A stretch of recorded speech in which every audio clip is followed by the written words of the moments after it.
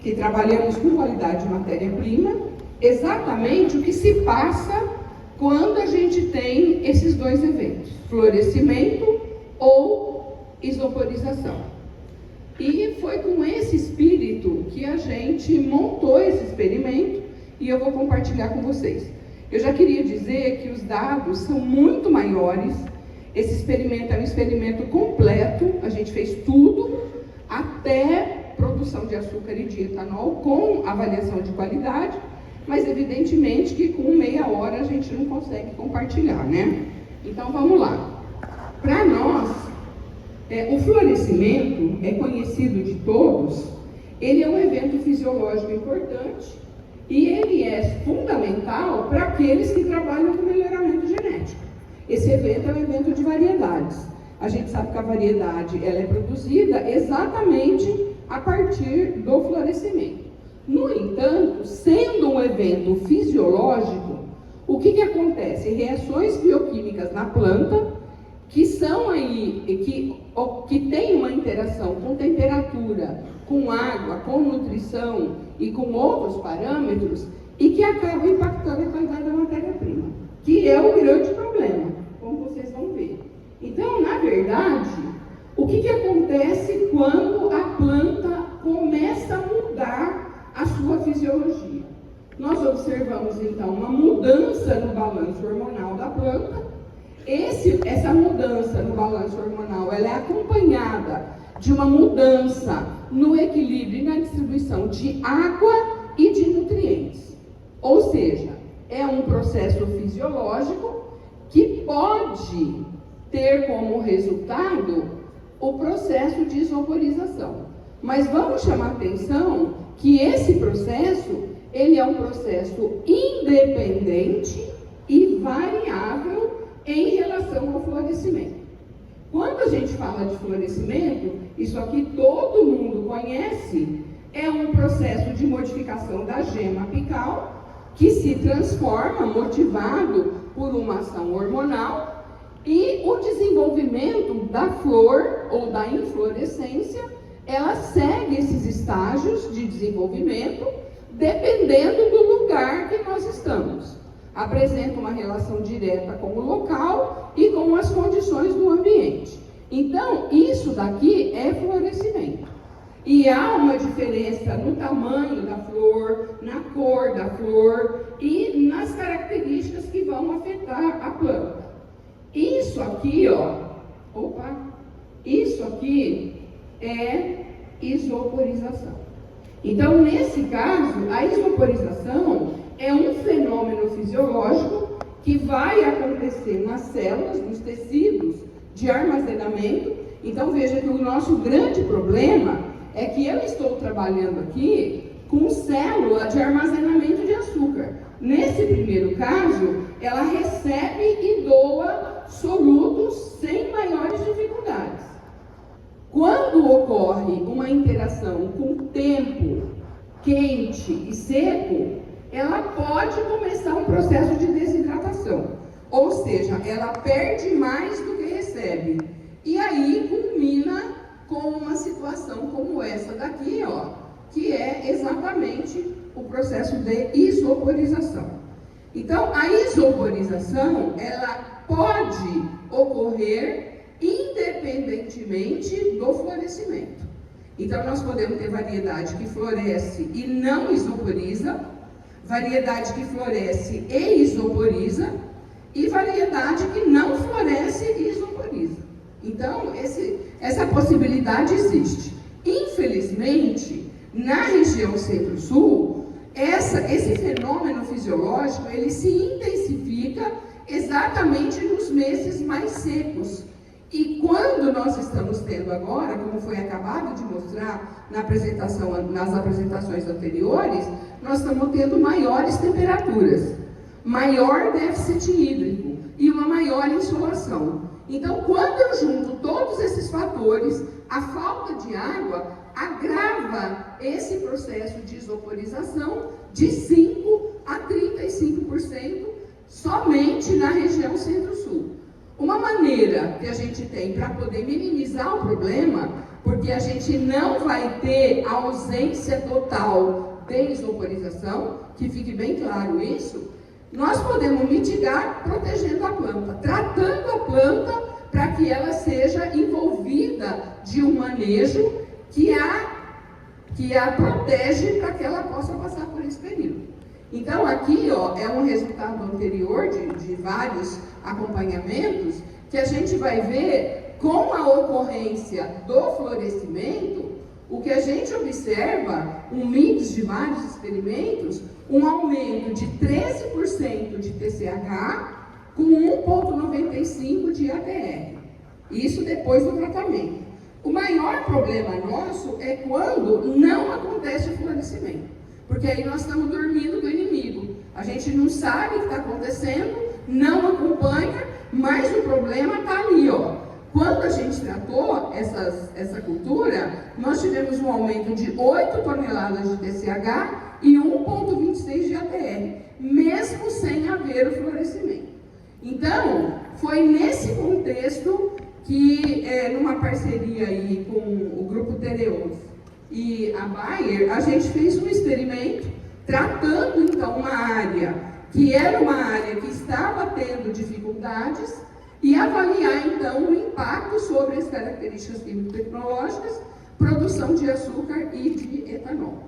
Então, avaliar o comportamento da característica da variedade, que foi uma RB 985476, quantificar o impacto da isoporização sobre o ATR e a margem de contribuição, fazer uma avaliação dessa matéria-prima produzindo açúcar, porque no nosso laboratório nós temos uma estrutura completa para produzir açúcar e etanol a partir de cada amostra, e também avaliar o impacto sobre a microbiota fermentadora e a produção de etanol.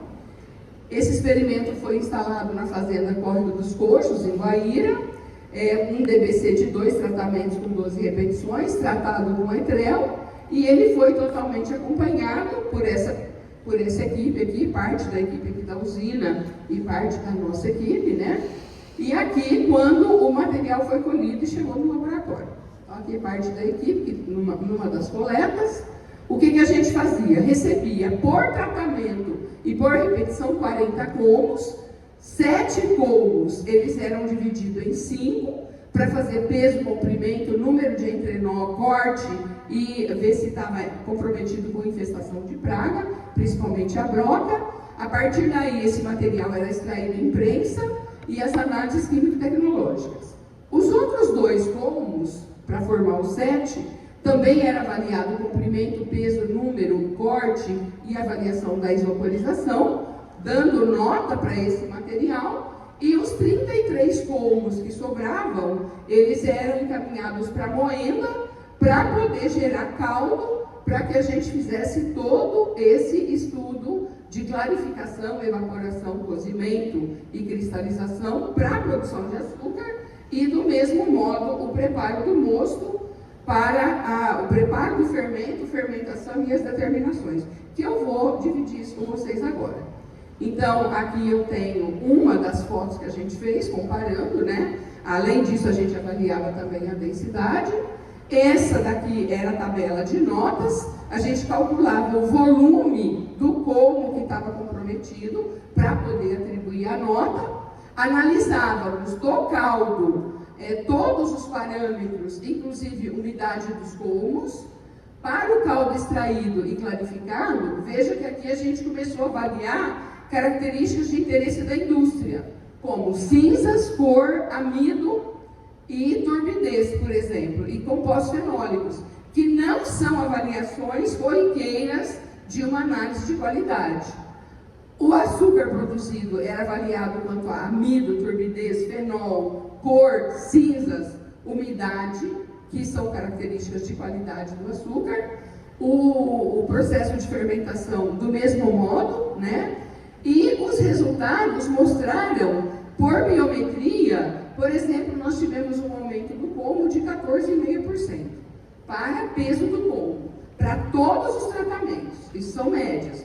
O comprimento aumentou em 4,5%. Isso significa um aumento de entrenó de 14%, a redução da isoporização de 68% e 75%. Ou seja, além de ter uma proteção no como para aumentar tamanho, aumentar os armazéns de açúcar, houve uma redução significativa das células que estavam protegidas para funcionarem então como armazém. O Brix do caldo aumentou em 20,5%, a POL aumentou em 26%, a fibra da cana praticamente não teve uma alteração, então ela ficou na ordem de 10,87%, que é um valor muito interessante, e quando a gente calculou o ATR, 21%. Então isso significa que nós estamos atribuindo qualidade a essa matéria-prima que vai ser processada. Um ponto importante que a gente se debruçou foram as avaliações industriais. O caldo clarificado, ele apresentou 33,8% de redução no tempo para precipitar. Então, veja, o nosso equipamento tem 1000 ml, mas imagina um equipamento de usina que tem 800 hectolitros. Quanto que isso ajuda? E outro ponto importante, o volume de lodo. Ele compactou a torta dentro do decantador em 5,5%. Isso é estupidamente bom, tá? É espetacular para a indústria quando ela pode trabalhar com esse ganho. A cor do caldo clarificado diminuiu em 3,9%. É pouco, mas é muito bom, é importante. A POL do xarope aumentou em 37%. A cor do xarope caiu em 18%. Então, veja que nós estamos aqui falando agora de características de qualidade, que o engenheiro agrônomo está levando para a fábrica. Vejam que é um cuidado com a matéria-prima que se reflete lá no processamento. Quando a gente produziu o açúcar, nós tivemos um aumento de POL de 1,7%. Vocês vão falar, Márcia, mas na minha usina eu faço isso com 99%. Você tem sistema de recirculação de mel, você tem 2 cozimentos e eu não tenho. Eu tenho um equipamento de um esgotamento só. Tá? Então, a esgotabilidade é que vai dar a diferença. Então, veja quanto a gente pode conseguir numa indústria, né? A cor do cristal, ela caiu em 41%, sendo que a gente fez um VHP, que eu posso ter até 1.200 unidades internacionais. Os fenóis, nós reduzimos em 16,9% e o amido 39%, sem usar enzima. Então, veja como que eu tenho impactos industriais quando eu trabalho. Falando de etanol, não houve diferença para a viabilidade de células no final do processo. Lembrando aqui que a viabilidade, do ponto de vista industrial, ela tem que ser maior que 85. Nós tínhamos 96. Ou seja, muito bom, né? Não houve impacto. Brotamento, nós vamos ter de 3 a 12. Nós tivemos 24 brotamentos. Ou seja, não houve qualquer impacto sobre a microbiota fermentadora. E a viabilidade de brotos da ordem de 94%, quando ela precisa de ser também maior que 85%.